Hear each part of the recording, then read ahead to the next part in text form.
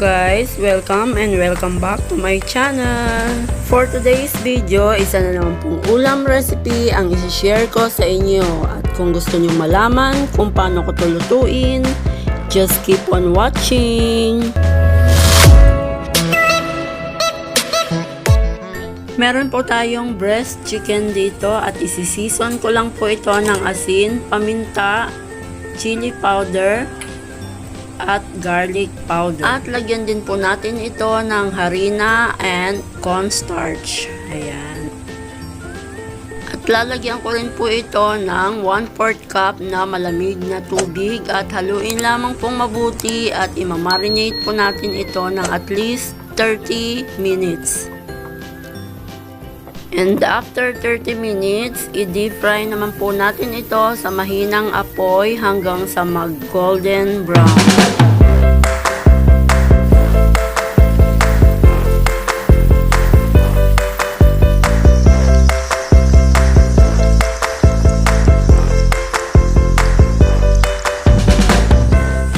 Ayan, luto na po ito. Hanguin lamang po at iset aside. At ngayon naman po sa ating kawali, maglalagay po ako ng 2 kutsarang unsalted butter. Ayan, tunawin lamang po at ilagay na po natin ang ating toyo, ang ating ketchup, pagkatapos ang ating oyster sauce, at pagkatapos lalagyan po natin ito ng asukal. Ayan, pwede po brown, mas mainam ang brown. At lalagyan ko din po ulit ito ng paminta, pero pwede naman pong hindi na kasi po ang ating chicken ay may paminta na po. Ayan, i-mix lamang pong mabuti. At mga mami, mahinang apoy lang po ang gamit ko. At ngayon po, pwede na po nating ilagay ang ating naprito ng chicken breast. Haluin lamang po mabuti hanggang sa mabalot na po siya ng ating sauce. Ayan, sarap na ito. At ngayon naman po, pwede na po nating lagyan ng toasted na sesame seeds. Uy, ayan o.